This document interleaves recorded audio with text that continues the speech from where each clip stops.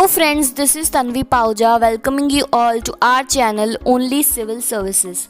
Okay guys, we will be dealing with Indian history.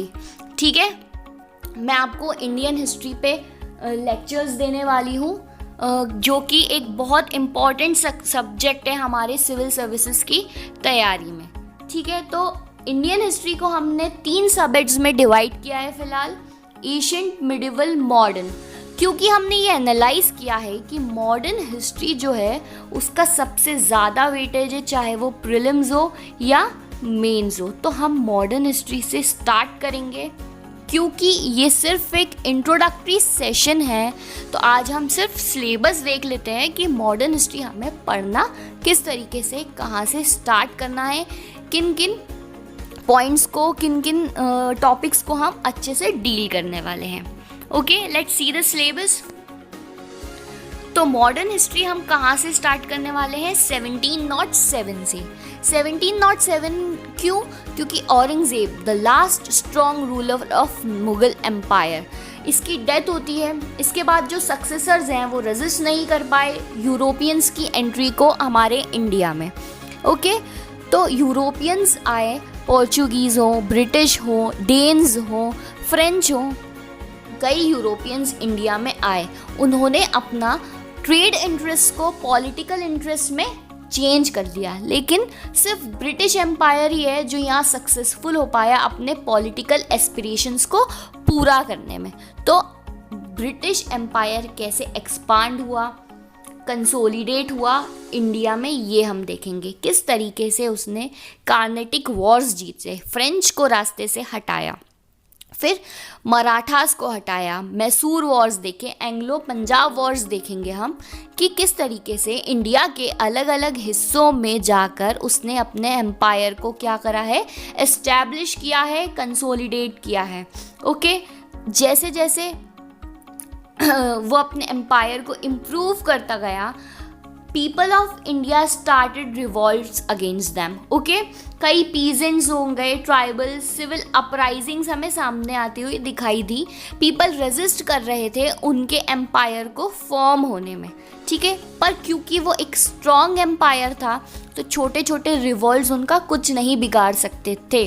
तो in continuation with the small revolts we have seen the revolt of 1857, one of the most important topic of Indian history. Okay, it is said to be a turning point in the study of Indian history क्योंकि ऐसा माना जाता है कि ये एक मास revolution था. It was the first time when India was united for independence. Okay, तो हमने मास रिवॉल्यूशन यहाँ से देखा गया. उसके क्या कॉजेज रहे, कॉन्सिक्वेंसेज रहे, ये हम आगे डील करेंगे.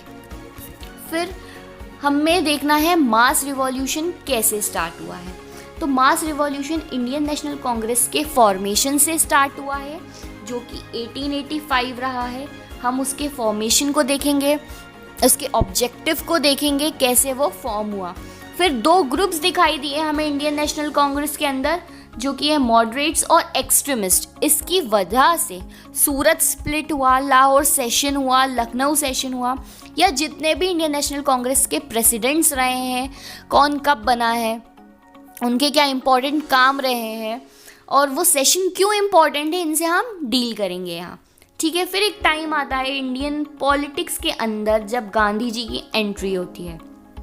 ठीक है, तो गांधी जी की एंट्री में क्या, गांधी जी ने कई सत्याग्रह स्टार्ट किए, non cooperation, quit India movement, civil disobedience movement, Khilafat movement, many others. Okay, इसमें क्या है, उन्होंने अपने अहिंसा को फॉलो किया. किस तरीके से अहिंसा के मार्ग पर चलकर, डांडी मार्च हम देखने वाले हैं. ये बहुत इंपॉर्टेंट टॉपिक रहेगा हमारा क्योंकि ये स्ट्रगल का इम्पॉर्टेंट पार्ट है. ओके, तो इससे हम डील करेंगे. फिर कई इसमें छोटे छोटे टॉपिक्स हैं, वेवल प्लान्स, नेहरू रिपोर्ट, ये सब हम डीपली देखेंगे आगे.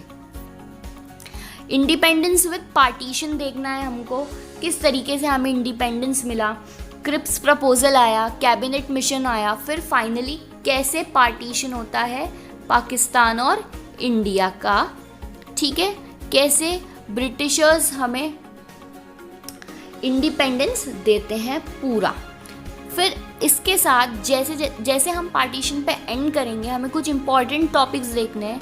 Constitution, administrative and judicial development, मतलब जब ब्रिटिशर्स हम लोगों को रूल कर रहे थे तो उनके कुछ एडमिनिस्ट्रेटिव डेवलपमेंट्स किए, उनने कॉन्स्टिट्यूशनल डेवलपमेंट किए। लाइक 1857 से पहले जब ब्रिटिश ईस्ट इंडिया कंपनी के पास पावर था तो उन्होंने एक्ट्स पास करके इंडिया को रूल किया।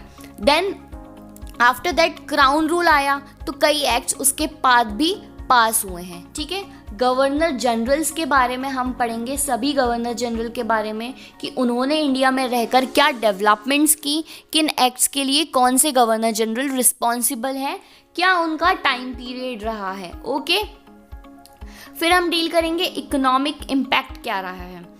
जब ब्रिटिशर्स आए तो वो ट्रेड पर्पस के लिए आए थे, लेकिन उन्होंने इंडिया को पूरा इकोनॉमिकली खाली किस तरीके से किया। ड्रेन ऑफ वेल्थ की थ्योरी हम पढ़ेंगे, जो भी सिनेरियो रहा है फ्रॉम 1707 टू 1947 इंडिपेंडेंस तक पूरा हम डील करने वाले हैं। डेवलपमेंट ऑफ इंडियन प्रेस देखेंगे, पहला न्यूज़पेपर कहाँ छपा, क्या बुक्स छपी, क्या नॉवेल्स छपी, इन सब से हम डील करने वाले हैं। ठीक है, डेवलपमेंट ऑफ एजुकेशन सिनेरियो हम बहुत अच्छे से देखेंगे, क्योंकि ब्रिटिशर्स की एंट्री के टाइम और लीविंग के टाइम जो सिनेरियो रहा है एजुकेशन का, इट हैज़ टोटली चेंज। ठीक है, वेस्टर्नाइजेशन का बहुत इन्फ्लुएंस रहा है इंडियंस के ऊपर। वेस्टर्न एजुकेशन का क्या इम्पैक्ट पड़ा है हमारी सोसाइटी पे, इससे हम डील करेंगे। और एक और इम्पॉर्टेंट टॉपिक है सोशियो रिलीजियस रिफॉर्म्स, मैं मेंशन करना भूल गई हूँ। सोशियो रिलीजियस रिफॉर्म्स में रिफॉर्मिस्ट के बारे में पढ़ना है, उन्होंने किन किन ऑर्गेनाइजेशन का फॉर्मेशन किया है और उनके क्या ऑब्जेक्टिव्स रहे हैं और क्या इन्फ्लुएंस हुआ है उसका सोसाइटी में, इससे हम डील करेंगे थरोली। तो stay tuned with me, we will be continuing our lectures as soon as possible. Okay, do like, share and comment. Thank you.